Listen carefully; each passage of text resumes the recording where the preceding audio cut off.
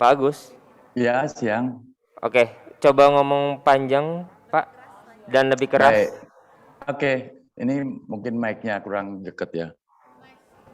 Baik, aku coba bicara agak panjang dan biasa aja gitu ya. Tapi bagaimana? Itu oke, Pak. Sama di landscape, Pak. Di landscape. Pakai handphone ya, Pak? Iya, karena handphone-nya. Oke. Bentar.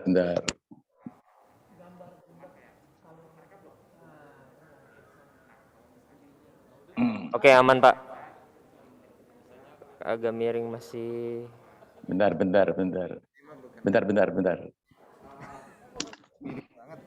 Biar menghormati.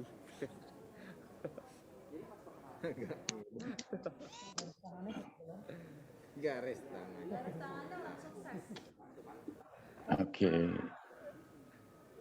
Nah, kira-kira begitu? Oke. Sip, boleh digeser dikit Pak, arah kameranya ke kirinya Bapak.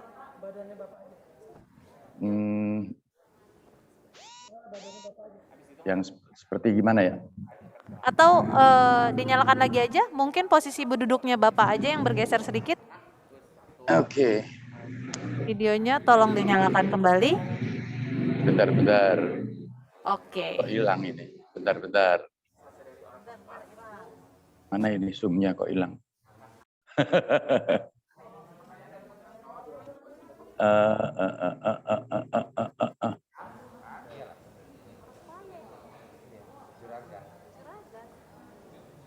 Oke, kira-kira begitu?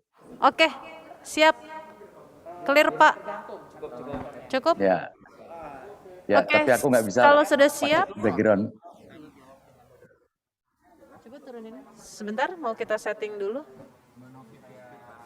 Turunin lagi Mas. Oke, kita akan mulai ya Mas Bismo, Mbak Dwi udah siap? Oke. Yuk, bisa kasih. Yuk, Kevi. Udah live. Ini udah live meeting. Oke, udah live meeting. Tinggal di open.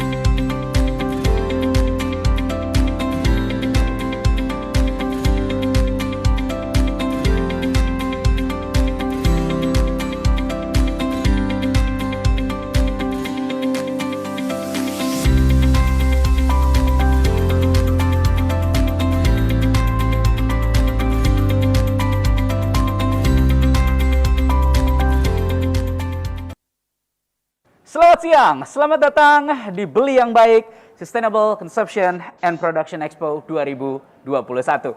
Perkenalkan, saya Bismo Mokoginta yang akan memandu acara ini. Dan kalau kita bicara soal acara yang keren ini ya, kita semua berharap diberikan kesehatan, kita semua berharap kita diberikan yang terbaik. Dan kalau bicara soal bagaimana kesiapan kami semua yang ada di sini, sudah dipastikan bahwa kami semua telah menerapkan protokol kesehatan yang sudah memang harus dipatuhi. Selain itu, kita semua di sini juga sudah melakukan swab test. Nah, jadi tenang saja, tidak perlu takut, tapi tetap harus menjaga jarak.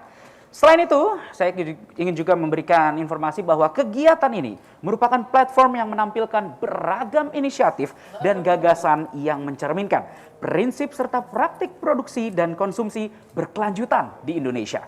Beli yang Baik Sustainable Consumption and Production Expo 2021 terselenggara oleh dukungan sponsor yaitu Roundtable on Sustainable Palm Oil atau RSPO. Anda dapat mengunjungi secara langsung sebagian dari booth yang memang sudah disediakan di sini ya. Ini langsung saja datangnya ke Kuningan City Mall, tepatnya di area X Urban Garage yang terletak di lantai ground floor. Keseruan ini masih akan terus berlanjut sampai tanggal 24 April 2021. Dan untuk yang mungkin belum bisa hadir secara langsung atau secara fisik, bisa saja mengakses dimanapun Anda berada dengan cara langsung saja klik tautan di www.beliyangbaik.org. Mudah sekali, gak cuma dapat info, gak cuma dapat banyak sekali inspirasi-inspirasi baru, tapi juga bisa dapetin banyak sekali keseruan. Seperti ini kita akan bagikan yang namanya giveaway, di mana ada hadiah menarik untuk siapapun yang mendokumentasikan acara ini. Jadi tinggal langsung foto aja ya, boleh foto, boleh video, dan di tag di Instagram, jangan lupa tagnya di @wwf_id dan hashtagnya Ayo Beli Yang Baik. Sekali lagi, tagnya di @wwf_id dan hashtagnya Ayo Beli Yang Baik. Dan nantinya untuk postingan yang paling kece, postingan yang paling ciamik, nah itu dia tuh yang akan terpilih untuk mendapatkan hadiah yang menarik dari Beli Yang Baik WWF. Wih, seru ya. Sebelum kita masuk ke diskusi ngobrol-ngobrol santai gitu ya, ini ada beberapa tata tertib yang harus kita sepakati bersama. Tata tertibnya ya memang sederhana saja, ada 3 poin penting. Yang pertama adalah mohon untuk mengganti display name di Zoom dengan nama lengkap Anda. Ini pastinya nantinya untuk mempermudah ya untuk pendataan dan lain sebagainya. Sekali lagi, untuk mengganti display name di Zoom Anda dengan nama lengkap. Selanjutnya, selama acara ini berlangsung, dimohon untuk tidak mengaktifkan baik mikrofon maupun kamera Anda. Ya, karena kami tidak mau nantinya bisa mengganggu jalannya talk show kita. Dan selanjutnya, untuk yang mau bertanya, bisa langsung saja menulis pertanyaan-pertanyaannya di kolom Q&A atau question and answer. Itu dia. Dan ini yang ditunggu-tunggu. Kira-kira di kesempatan siang hari ini kita akan ngobrolin tentang apa? Kita akan cerita-cerita soal apa gitu ya, mendengarkan. Dan kita akan berbagi workshop tentang apa. Ini seru banget nih. Sehat dengan homemade tempe. Kita akan ngobrol-ngobrol bersama narasumber yaitu Pak Agustinus Prianto, ini selaku pemilik Agus Tempe, dan juga ada Mbak S. Dwi Jayanti selaku partner atau teman dari tim Agus Tempe juga. Selamat siang Pak Agus. Ya, selamat siang Mas Bimo. Sugeng rawuh Pak. Pripun Ya, matur nuwun. Oh alah, tiang Jawi ya Pak. Ini memang betul ya. Jadi untuk teman-teman mungkin beliau ini berada atau berdomisili di Yogyakarta ya Pak, betul? Ya, sementara kalau di sini itu lagi melakukan pendampingan dengan warga. Oh, jadi posisi sekarang Gunung Kidul nih Pak ya? Betul, persis. Nah, kita hari ini kira-kira akan bercerita atau sharing-sharing tentang apa nih Pak Agus Pak? Baik, ya sesuai judul bagaimana itu kita membuat tempe sendiri, dan itu sudah saya lakukan sejak 2012. Dan semuanya berbasis lokal dan berbasis sesuai dengan ini. Topik hari ini adalah Sustainable Consumption and Promotion Expo itu. Jadi apa yang kita lakukan itu selalu berbasis sustainable, seperti membuat tempe pun juga less waste dan less fuel. Less water. Jadi seperti kita ketahui membuat tempe kan banyak menggunakan bahan bakar dan air ya.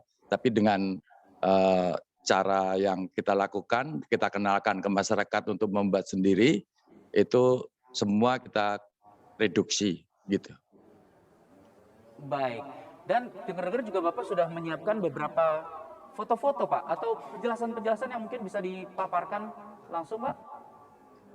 Ya, kalau foto kemarin sudah saya sampaikan, kita lebih baik langsung saja kepada fisiknya, yang sekarang ada Ibu Dwi di studio ya, studionya WWF di Kuningan Mall. Jadi nanti kita kenalkan pada saatnya. Nah sekarang yang ingin saya sampaikan sesuai rundown-nya bahwa saya melakukan usaha tempe ini sedikit berkah aja, yang di mana dulu saya melakukan pendampingan dengan warga juga di Majalengka, kemudian kecelakaan yang membawa berkah menjadi tukang tempe. Tapi semua saya lakukan berbasis lokal, bukan saya anti impor. Kebetulan untuk tempe ini kan bahan baku utama yang kita kenal di masyarakat itu kan kedelai impor.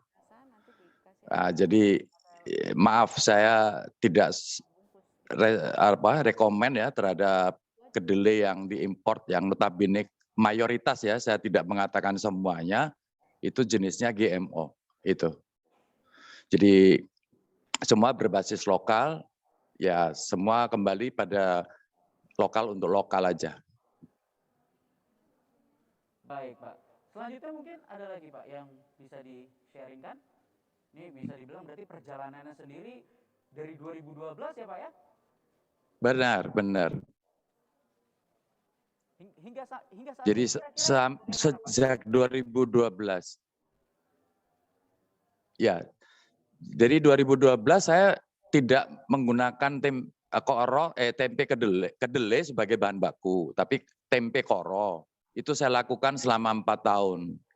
Jadi berat ya, waktu itu saya harus nombok 4 tahun itu untuk menyosialisasikan koro. Karena di negara kita itu kan kita tahu bahwa kaya akan plasma nutfah ya, selalu saya dengungkan seperti itu, tapi tidak dieksplor secara maksimal. Nah, salah satu koro itu kenapa saya usung, karena koro itu banyak kelebihannya. Sebagai pakan, pangan, fuel, dan fiber. Jadi kemudian manfaatnya juga kalau dibanding kedelai ya 11-12, tapi ya semua punya kelebihan dan kekurangan. Tapi bagaimanapun lidah kita sudah terlanjur dengan kedelai, ya mau nggak mau saya dengan usaha saya akhirnya menambah varietas lagi, kedelai dan kacang-kacangan lainnya seperti kacang hijau, koro, kedelai hitam dan lain-lainnya gitu. Jadi koro tetap ada sampai sekarang dan kedelai pun saya semua kacang hijau dan kedelai hitam itu pun juga tidak ada yang impor, semua berbasis lokal. Baik. Wah, berarti kan bisa dibilang perjalanan yang cukup panjang dan juga pasti banyak cerita-ceritanya, ups and downs-nya juga pasti banyak sekali.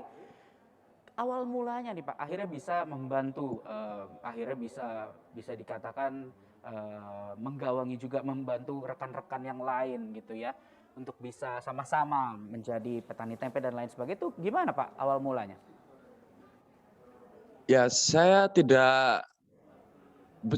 berjalan seperti biasa saja ya, tidak ada namanya maaf saya tidak bermaksud untuk mencari popularitas, tapi dengan apa yang saya lakukan, ya barangkali ini juga bisa menjadi bagian dari sharing ya, bahwa sepanjang kita melakukan sesuatu itu selalu yang terbaik, nggak usah cari nama lah, cari rezeki lah, itu semua akan datang dengan sendirinya gitu. Ya alhamdulillah dengan perjalanan tadi, maaf bukan sedikit sombong tapi banyak orang terus meliput karena inovasi-inovasi saya seperti membuat tempe itu akhirnya saya buat varian tempe kunyit, tempe kencur, ya itu juga mengacu kepada kekayaan pon-pon ya, jamu-jamuan yang ada di Indonesia yang selama ini hanya kita kenal dari jamu, tapi belum pernah ada tempe kok pakai kencur, tempe kok pakai kunyit, tempe kok pakai spirulina yang terakhir itu. Justru bisa menghasilkan kreasi terbaru ya Pak ya, justru ya? Betul, ya karena itu tadi, sepanjang kita tekunin, sepanjang kita fokus pada proses, tidak berharap apa-apa, entah popularitas atau ya nanti itu semua akan datang sendiri termasuk rezeki itu sendiri. Amin, betul sekali. Tapi kalau awal-awal pasti kan kita juga pengen dengar, pengen tahu kendala-kendala awalnya. Mungkin ini bisa jadi pembelajaran juga untuk teman-teman yang menyaksikan yang mau mencoba melakukan apa yang Pak Agus lakukan gitu ya, supaya nggak ngulangin ya kalau mungkin ada beberapa step-step yang salah. Itu kendala-kendala awalnya tuh gimana, Pak? Ya, banyak ya.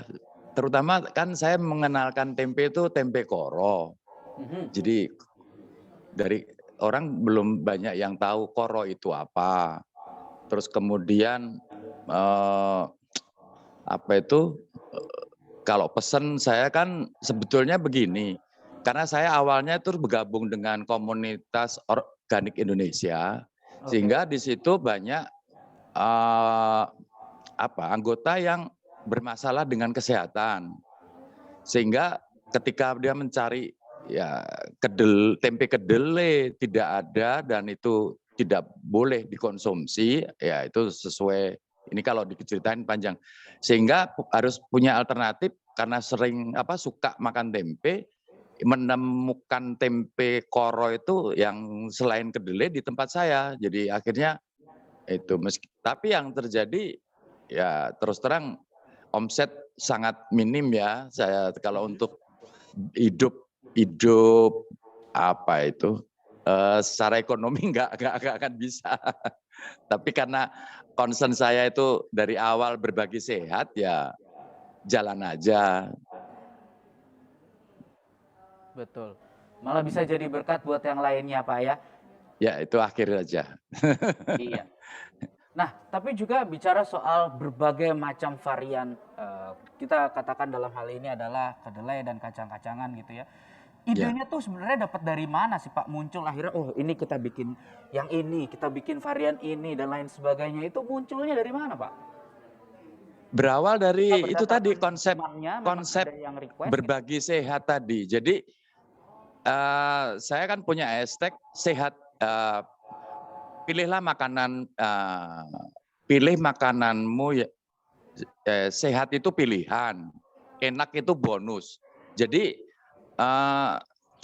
penekanannya itu pada sehat dulu, bukan pada enaknya. Karena ketika kita bicara enak kan belum tentu sehat, tapi kalau sehat pasti tentu lebih baik. Kemudian memang saya terinspirasi dengan beberapa yang saya lihat di YouTube atau di Google lah gitu loh. Ya ternyata tempe itu dulu juga bisa dibikin dari lamtoro, berarti kalau kita punya kekayaan kacang-kacangan kenapa tidak? Ya memang akhirnya kacang-kacangan itu juga punya karakter masing-masing, nggak semua diperlakukan sama dalam prosesnya, itu aja. Sampai sekarang Pak, untuk total, jadi ada berapa varian dari tempe ini sendiri yang sudah Bapak miliki? Kalau dari kacang-kacangan ada 4, tapi yang sudah saya coba lebih dari 10 jenis kacang-kacangan. 10 jenis ya Pak ya? Ya, lebih dari 10. Wow. Dari sorghum, kacang tanah, tolo, kacang merah, edamame, yang lagi ngetren itu. Kemudian dari yang lain-lain lah. Oke. Nah, tapi juga mungkin ada yang pengen tahu atau mungkin pengen dengar juga gitu ya, yang mungkin ingin bergabung atau tahu lebih banyak soal bagaimana menanam kacang kedelai yang baik, bagaimana memproduksi tempe yang baik dan benar. Ya. Selanjutnya bagaimana Pak? Apakah Bapak juga akan membuka kelas atau lain sebagainya? Akan apa, maaf? Akan apa tadi saya? Ya, apakah memang selain adanya pendampingan, apakah Bapak juga nantinya akan melakukan langkah-langkah lain, Pak? Ya, sekarang kendalanya pada kedelai lokal itu sendiri. Jadi ternyata kedelai lokal kita itu kalau ditanganin, diperhatikan secara serius, kita sebetulnya bisa untuk mandiri kedelai. Nah, karena saya sendiri sebagai produsen juga, makanya kan saya harus memiliki kontinuitas bahan bakunya. Apalagi selama ini saya juga berbagi ilmu ya dengan membuka kelas-kelas online di masa pandemi. Sebelumnya membuka kelas online sehingga para mantan peserta atau saya kadang-kadang nggak enak kalau ngomong mantan murid gitu ya. Saya nggak merasa jadi guru soalnya, tapi berbagi aja. Jadi itu juga akhirnya membutuhkan bahan baku karena setelah belajar dari kelas saya itu ada yang usaha gitu. Nah, kalau mereka tidak mendapatkan di pasaran atau kesulitan, ya saya khawatir kembali ke GMO gitu, kedelai impor tadi. Oh, kembali lagi nih, ini kan kita lagi dalam rangkaian Sustainable Consumption and Production-nya. Nah, kalau untuk caranya biar menjaga, seperti tadi Bapak juga sempat singgung sedikit gitu ya, menjaga supaya gimana nanti limbahnya berkurang dan lain sebagainya, itu bagaimana Pak? Ya, kebetulan waktu itu saya kenal dengan Bu Wida Winarno ya, kemarin kalau nggak salah di acara ini,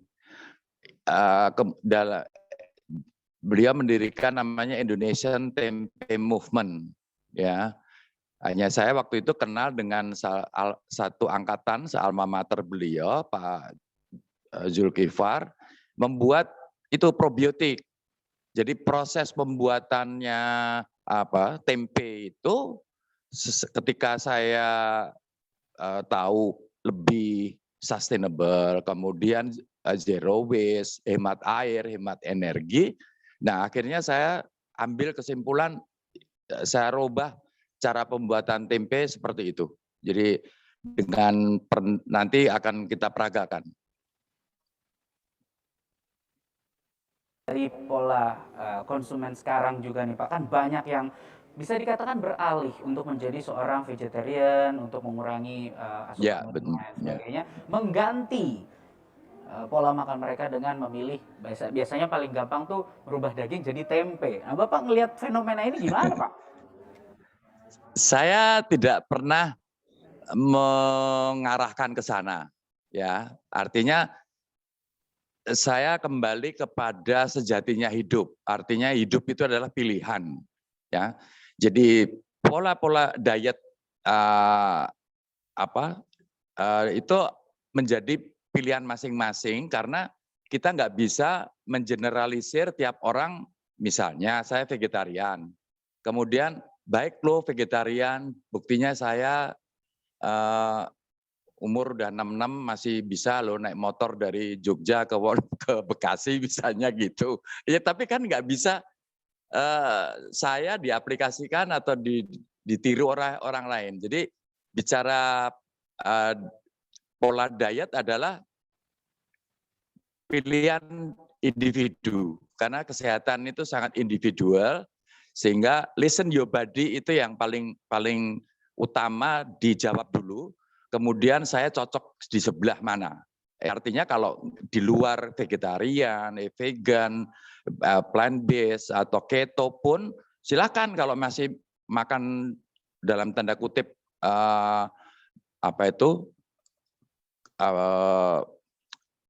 yang masih amburadul, tapi tetap berbasis mengurangi 4P misalnya. Ada, maaf, jadi masih makan seperti biasa, tapi ada mengurangi 4P, yaitu pengawet, pemanis, pewarna, sama penyedap. Gitu. Atau plus 2G, kalau di KOI kita menggunakan 4, hilangkan 4P dan plus 2G. G itu satunya GMO, satunya gluten. Gitu. Nah, kalau ini jadi kita kebanyakan bicara soal bagaimana tempe di kehidupan sehari-hari ya Pak. Karena kalau kita lihat gitu ya, mungkin untuk sekarang banyak yang berpikir, aduh makan tempe gitu kan ya. Loh kok mangannya tempe gitu Pak. Gimana kalau melihat banyak orang-orang di luar sana yang mungkin berpikir bahwa udah nggak zaman gitu. Gimana caranya untuk bukan mengubah, mungkin memperkenalkan kembali bahwa tempe ini juga ya ini dari tanah kita gitu ya. Gimana sih Pak kira-kira? Ya sebetulnya kalau mau mengeksplor lebih jauh apa dan bagaimana tempe itu, kalau kita sekarang masih mengatakan apa itu, tempe lagi, itu justru nanti akan ketinggalan dengan orang-orang luar negeri ya. Ya apalagi sekarang ada Mas Rustono ya yang di Jepang itu sudah memiliki 7 outletnya di 7 negara. Kemudian kita suka lihat beberapa video yang viral, entah itu lewat WhatsApp group atau lainnya, di mana di Inggris, di Prancis, murid saya di Prancis itu ada 3 sekarang kalau nggak salah.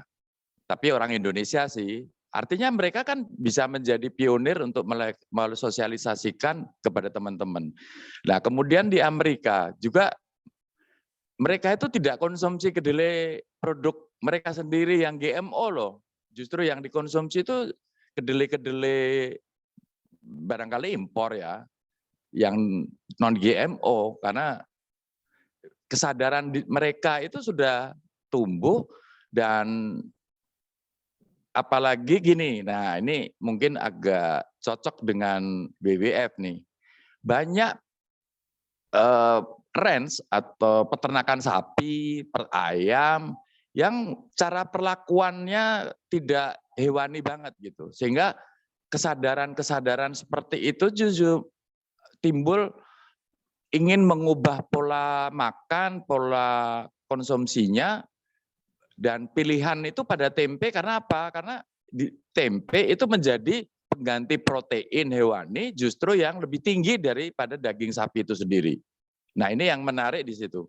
Jadi ya maaf mungkin masyarakat kita enggan atau belum melihat kandungan proteinnya yang sedemikian bagus, sehingga image tempe di mana pernyataan Pak Soekarno tanggal 6 Juni waktu itu, jangan kita jadi bangsa tempe, ini menjadi pemicu.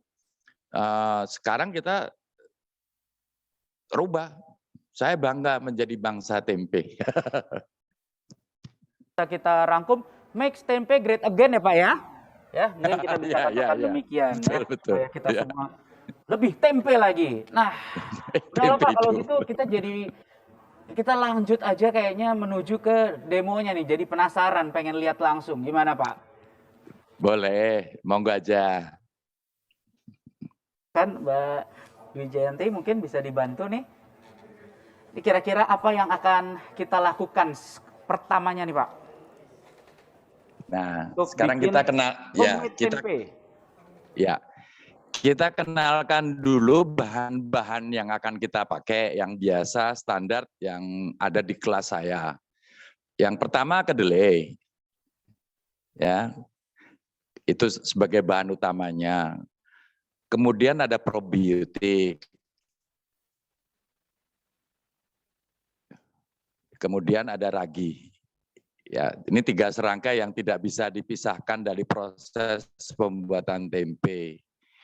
Nah, kita juga ingat waktu, durasi, ini semua nanti kedelai itu direndam dengan probiotik.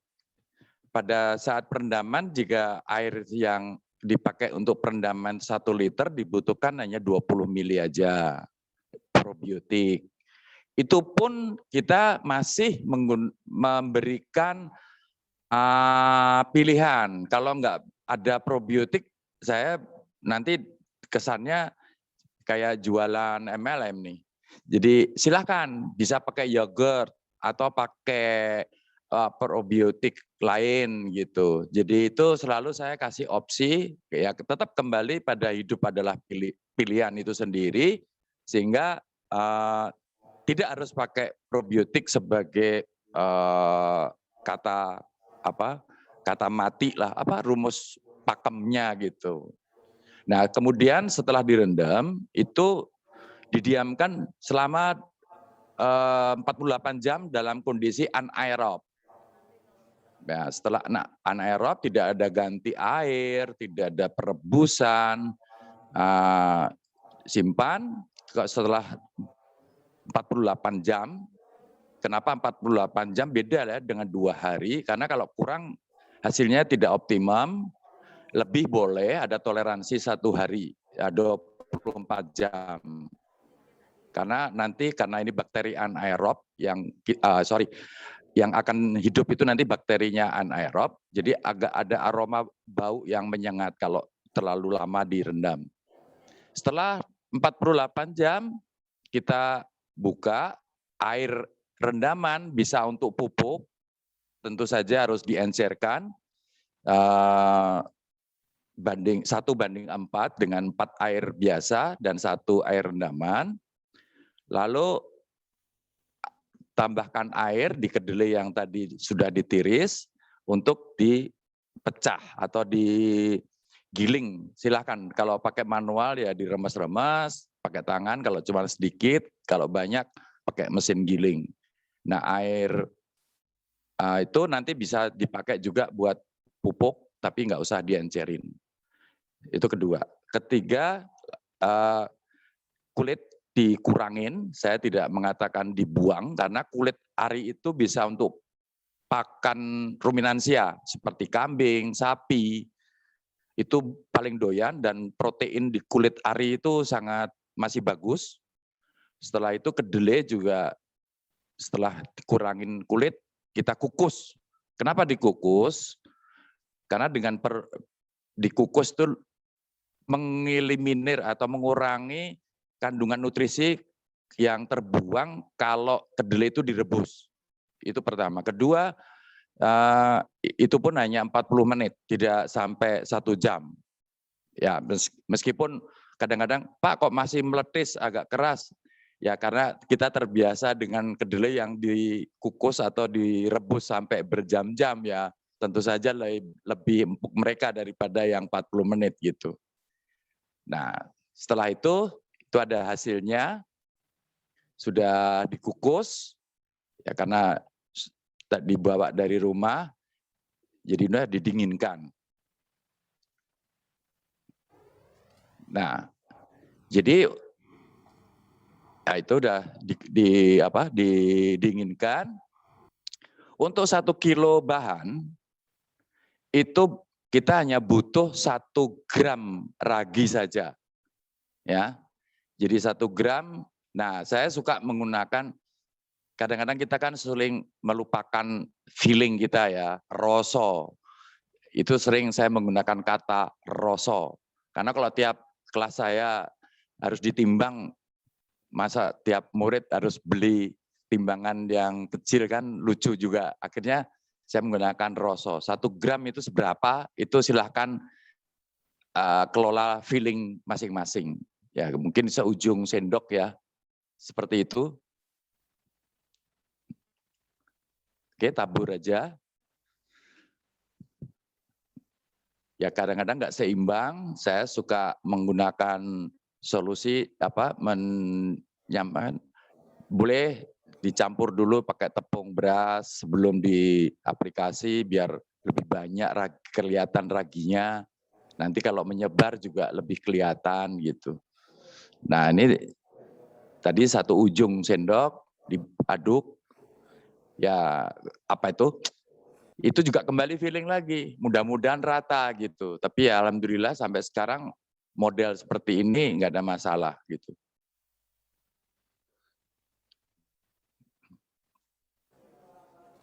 Oke, sesuai rasa aja. Kalau udah cukup, baru kita bungkus.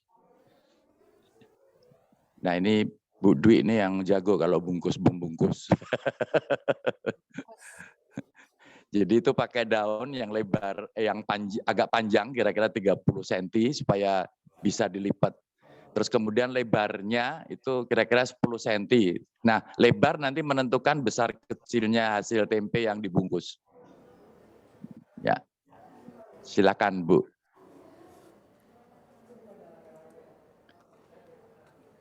Kalau di Gunung Kidul kita pakai daun jati, jadi ada opsi selain daun pisang juga bisa daun jati, daun waru, daun pace atau daun lain yang agak lebaran gitu. Bisa dipakai, kecuali daun pintu sama daun jendela. Wah, daun telinga, Pak. Nah ini kalau pakai lidinya khusus itu ya, lidi untuk tempe. Itu belinya di tukang tempe yang jual grosir bahan-bahan kedelai. Itu sangat tipis banget, hanya ditekuk langsung ditancepin aja. Kayak staples gitu. Jadi bukan tusuk gigi itu, Pak ya? Bukan, kalau tusuk gigi pecah.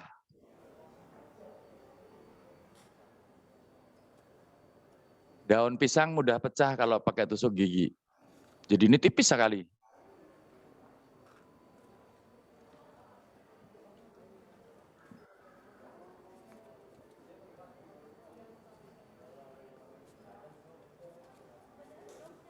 Nah, biasa seperti ini hasilnya. Boleh dilanjut atau cukup, Pak Bima? Silakan dilanjut, Pak. Enggak, maksud saya bungkusnya. Sampai Kurang habis. kali ya. Satu lagi. Iya, biar lebih jelas mungkin ya, sekali lagi ya. Oke. Ya, jadi untuk pembungkusan ini, ujung-ujung pojok itu, Ibu tolong dilihatin ujung-ujungnya, Bu.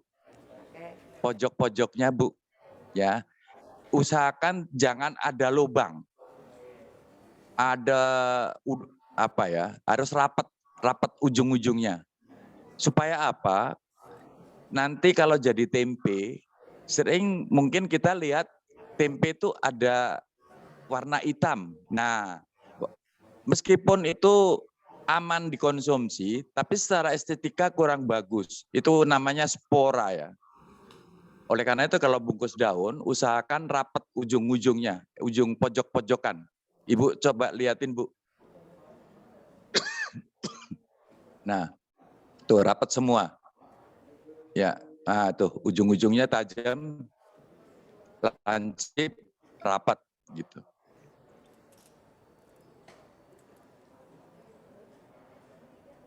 Oke. Jadi nanti kalau jadi tempe itu mulus hitam, mulus putih tanpa ada spot-spot hitamnya. Nah, kalau bungkus pakai daun itu tidak perlu dilubangin lagi. Jadi nanti oksigen atau udara yang dibutuhkan untuk kehidupan si spora atau miselium tadi itu dari celah-celah lipatan dan pori-pori si daun itu sendiri. Nah, ini tempe yang sudah jadi hasilnya seperti itu. Boleh Ibu di close up, ada hitam-hitamnya enggak?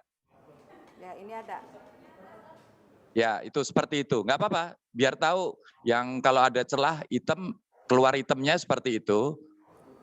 Ya, nah itu ada hitam-hitamnya. Ya, tapi mayoritas bagus. Ya, itu yang udah jadi. Jadi setelah dibungkus itu didiamkan selama 36 jam. Oke. Ya. Di suhu berapa, Pak? Suhu ruang? Di suhu ruang. Suhu ruang itu range-nya antara dia butuhnya kan 29 sampai 32. Kalau lewat dari itu nggak tumbuh, overheat, nanti miselium atau si jamurnya ini nggak bisa berkembang, malah mati. Oke.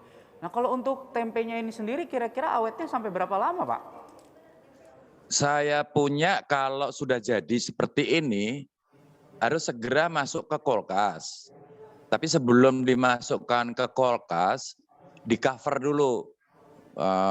Boleh masukin ke ke kontainer gitu. Supaya apa? Tidak terkontaminasi atau mengkontaminasi yang barang yang ada di dalam kulkas tadi. Itu bisa 4 sampai 7 hari kalau tempe kedelai saya. 4 sampai 7 hari. Lumayan lama ya, Pak? Ya, tapi kalau yang dibekukan, jadi sebelum sudah jadi, kemudian mau dibekukan, sebaiknya divakum dulu, lalu masukkan ke freezer. Itu bisa sampai 3 bulan lebih. 3 bulan lebih? Ya, Wow. Jadi tadi kalau kita lihat mungkin sebenarnya prosesnya cukup mudah ya kalau memang dibuat di rumah sendiri memang. sangat mudah, sederhana banget. Baik. Nah, kita jadi penasaran yang pengen tahu untuk mendapatkan produk dari Pak Agus Tempe ini sendiri bisa didapetin di mana, Pak? Boleh nanti ada di Instagram atau di reseller di Pasar 8, itu ada Kirana Organik, kemudian kalau di pusat itu ada di Grand Lucky, di Jakarta Selatan ada di Sesa Experience, kemudian di BSD ada di toko Fresh, Green Fresh, kebanyakan toko-toko organik sih. Oke, Kalau di daerah Duren Sawit ada namanya, mendapatkan produk-produk dari Pak Agus ini ya? ya, Iya. maaf, Selain menelurkan nih, selain mengeluarkan tempe, dengar-dengar Bapak ini juga akan mengeluarkan buku nih, Pak. kok bocor aja sih. Pak. Buku harian, Pak, bukan ya?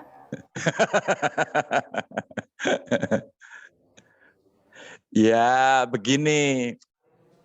Jadi ada apa ya, mantan peserta lah kelas saya, beliau juga penulis, beliau juga satu alumni SMA Jesuit gitu kan, lalu teman maraton, lari, kalau saya larinya pelari hore ya, artinya hanya dapat finisher medal aja udah seneng gitu.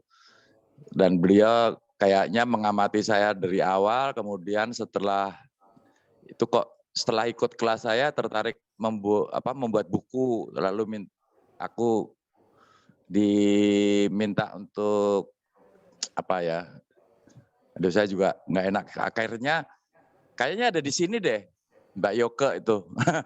Oke. Lalu beliau mau nulis, ya udah saya nah itu ada Mbak Yoko hadir. Lalu kemudian beliau menulis, ya namanya saya juga nggak bisa nulis, begini gimana Pak Agus? Oke, begitu gimana? Oke, saya nggak banyak komen, atur aja lah istilahnya gitu. Ya akhirnya jadi, bersyukur nanti kita ada pre-order sampai tanggal 1, di mana kalau pesan sebelum tanggal 1, nanti akan saya bubuhkan tanda tangan dari saya, tapi setelah itu bisa cari di Gramet gitu. Wah, berarti. Makasih Mbak Yoke. Oke.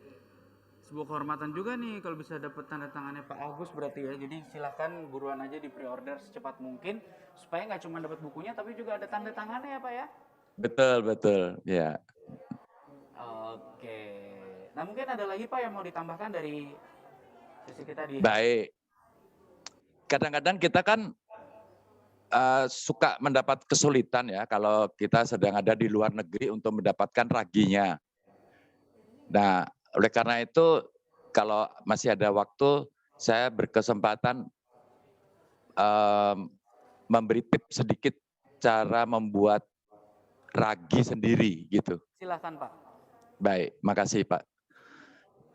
Ibu, saya siap.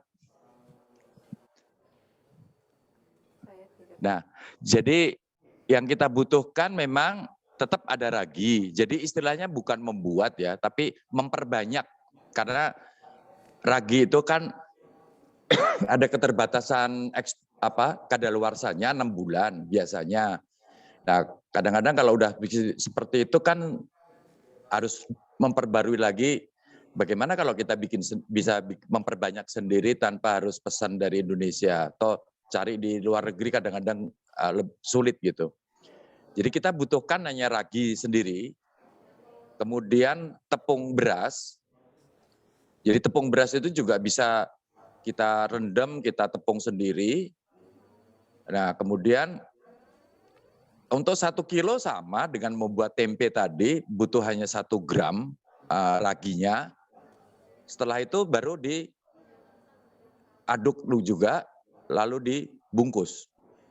Sesederhana itu, gitu. Jadi untuk pembuatan raginya nggak sesulit yang kita bayangkan.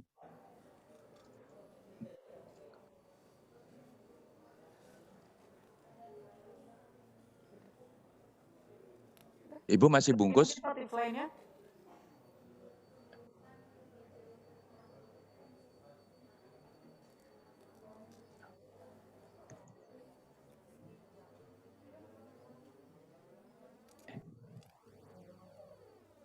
Ada gangguan internet?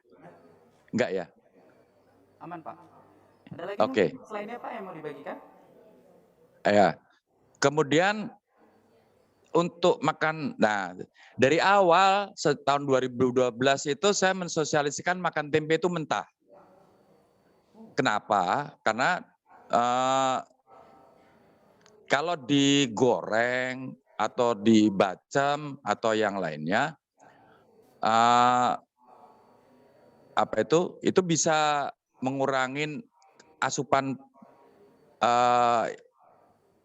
Jadi kalau menurut Dr. Zaidul Akbar itu tempe itu kan ada prebiotik dan probiotiknya.